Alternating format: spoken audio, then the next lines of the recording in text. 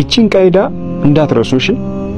አንድ አህባሽ ወይ ደግሞ ጀህሚያ የሚሆን ሙዕተዚላ ብቻ የአላህን ስምና ባህሪ ከፊሉን የሚቀበል ከፊሉን የሚጥል እንደዚህ አይነት ዝም ብሎ በስሜት የሚሄድ ሰው ካጋጥማችሁ እናንተ ለአላህ Subhanahu Wa Ta'ala በቁርአንና በሐዲስ የመጣውን ባህሪ ስታጸድቁ ሙሸቢሃ የሚል ሰው ካጋጠማችሁ ይቺን ቃይዳ ይቺን መርህ እንዳትረሱ።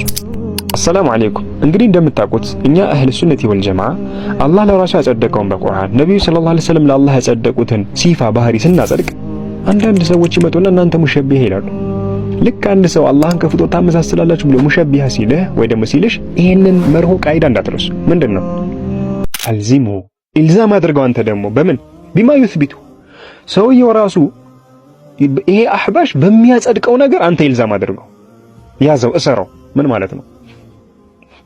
ምሳሌ አንተ አላህ እጅ ያለው ስትል ወይ ደግሞ አላህ ከዓርሽ በላይ ነው ስትል አንተ አላህን ከፍጡር የምትመስል ምናምን ይላል።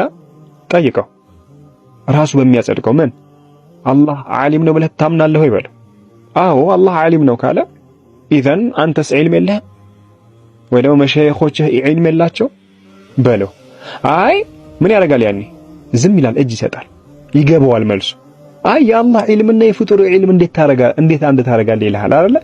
ኢዘን አንተ የአላህን እጅና የፍጡርን እጅ እንዴት አንተ ታደርጋለህ? ኢዘን አንተ እኛ አላህ ከዓርሽ በላይ ነው ለምን እንደ ፍጡር ታየዋለህ ታዲያ? አይ እጅ ያለው ካለን ፍጡርም እጅ ያለው خلاص በቃ እጅ ነው፣ ስለዚህ የምናውቀው እጅ ነው፣ ስለዚህ አናሰብት ምናምን ምትል ከሆነ ዒልም ነው እንጂ እንደምናውቀው እውቀት ነው አይደል? ስለዚህ ፍጡርም የፈጣሪ የምታመሳሰል ነው። ስለዚህ አላህን ዓሊም አይደለም ልትል ነው። ልክ እጅ አላሰብትም እንዳልከው ዒልምንም አላሰብትም ልትል ነው። አያችሁ አይደለ? አዎ ሌሎችንም ሲፎች አላህ ሐይ ነው አይደለም በለው፣ ሕያው ነው ይልሃል። طيب እኛስ መይት ነን ነው? ሕያው ነን። ሐይ ስለሆንኩ ነው የማወራው፣ አልሞትኩም አሁን ላይ። ስለዚህ የአላህ ሐይነት እና የኛ ሐይነት አንድ ነው? ላ በፍጹም ልክ እንደዚሁ የአላህ እጅና የፍጡር እጅ አንድ አይደለም። አላህ ከዓርሽ በላይ ነው፣ እንደ ፍጡር አይደለም። አላህ ፊት አለው፣ እንደ ፍጡር አይደለም።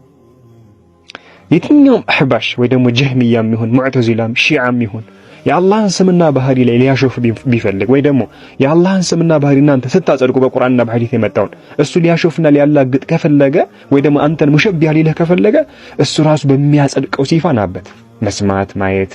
አያችሁ ዕውቀት በዛ ሂድና እሺ ይሄንን ስለምን አጸደቅክ በለው። አይ ይሄንን ከፍጡር ጋር ሳይመሳሰል አጸድቃለሁ ካል ሌሎችንም የአላህ ሲፋዎች ከፍጡር ጋር ሳይመሳሰል አጽድቅ በለው። እጅንም አላህ ከዓርሽ በላይ መሆኑንም ሌሎችንም።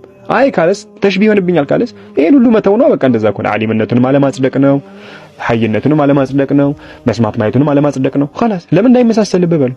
ላላ ይሄን አጸድቃለሁ ከፍጡር ሳላመሳሰል ካል ሌሎችንም ባህሪዎች አጽድቅ ከፍጡር ሳይመሳሰል። ያለበለዚያ አንዱን ጥሎ አንዱን አንጠልጥሎ ይሄ የነ ጀህሚያ የነ ሙዕተዚላ የሺዓዎችና የሌሎች እንግዲህ አካሄድ ነው። هذا والله أعلم።